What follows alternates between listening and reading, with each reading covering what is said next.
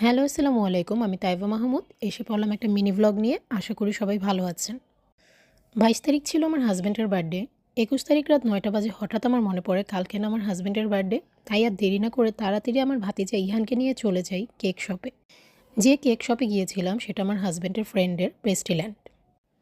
অনেকবারই পেস্টিল্যান্ড থেকে কেক আনা হয়েছে। লাস্ট ২-৩ বছর যাবত আমি পেস্টিল্যান্ড থেকেই কেক নিই। আমার কাছে খুবই ভালো লাগে তাদের কেক। তো ভাবলাম যাই, গিয়ে কাস্টমাইজ করে কোনো কেক নিয়ে আসি। কিন্তু শপে আমার হাসব্যান্ডের ফ্রেন্ড না থাকায় সেটা আর করা হলো না। যা কেক ছিল ওখানে সেখান থেকেই চুজ করে আনতে হবে। কিন্তু আমার কোনো কেকই পছন্দ হচ্ছিল না। জাস্ট পিঙ্ক কালারটাই ভালো লাগছিল। কিন্তু আমার ভাতিজা বলছিল, "না ফুপ্পি, তুমি এই পিঙ্ক কালার কেকটা ফুপার জন্য নিও না। ফুপা কিছুতেই দেখবে এই কেক কাটতে চাইবে না। ফুপা পিঙ্ক কালার পছন্দ করে না। পিঙ্ক তো মেয়েদের কালার।" তাও আমি ওর কথা না শুনে পিঙ্ক কালার কেকটাই বলি আমাকে কিছু ডিজাইন অ্যাড করে নাম লিখে দিতে। কিন্তু সমস্যা হয়ে যায়, নামটা ওরা ভুল লিখে আনে। সোহান বানানটাই ভুল ছিল।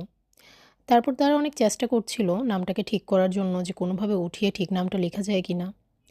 কিন্তু না, সেটা করা যাচ্ছিল না। উপরে সোহান নামটা আবার লিখাতে কেকটা দেখতে এত বেশি বাজে লাগছিল, আমি আর এই কেকটা আনতেই চাচ্ছিলাম না। আর ভাইয়ারাও বলছিল অন্যটা নিয়ে নেন।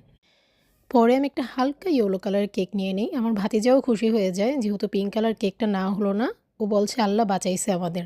নয়তো ফুপা কিছুতেই এই কেক কাটতো না তুমি যদি পিঙ্ক কালারের কেক নিতে।" অবশেষে ওর ইচ্ছা মতোই অন্য কেক নেওয়া হলো। তারপর আমরা আবার তাড়াতাড়ি বাসায় এসে পড়লাম।